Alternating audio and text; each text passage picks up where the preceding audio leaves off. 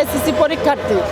তখন আমি রাজনীতি মোটামুটি মানে মানুষজন চিনি, কোনটা দল, কোনটা দলের প্রতীক এবং কি দলের জন্য কিভাবে রাজনীতি করে, দলের সাথে কিভাবে চলাফেরা করে, এটা আমি আমার আম্মার কাছ থেকে মানে আমার জন্মদাত্রী মার কাছ থেকে আমি দেখেছি। সবসময় সে রাজনীতি করতো, হক রাজনীতি করতো, না খেয়ে থাকলো কখনো বিচার, হক বিচার, এটা আমি দেখে আইছি সবসময়। আমার এই আম্মায় রাজনীতি করতো, আম্মায় চেয়ারম্যান, আমরা তো চেয়ারম্যান না, আমরা চেয়ারম্যানের ঘরের সন্তান, আমরা তো কোনো অপরাধ করি নাই। বিগত দিন আমার নামে এই পর্যন্ত এখনো 6টা রাজনৈতিক মামলা। আমি কখনো কারোর মুখ ফুটে বলতে পারি কত জায়গায় কত নির্যাতিত হয়েছি, উঠে নিয়ে মারছে, হাত পা ভাঙ্গা লাইছে, এই যে দলের জন্য খাইছি ভাই। তারপরেও কখনো দলের নিয়ে গর্ব করি নাই বা দলের নাম কষ্টে দেয় নাই, দলের নাম ভাঙাই নাই।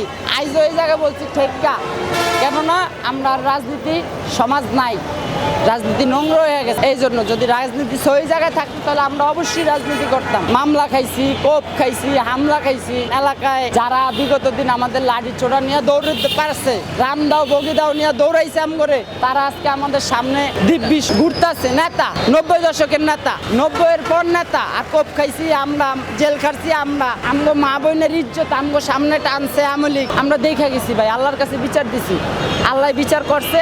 5ই আগস্টের গণ অভ্যুত্থানে আল্লাহ এই বিচারটা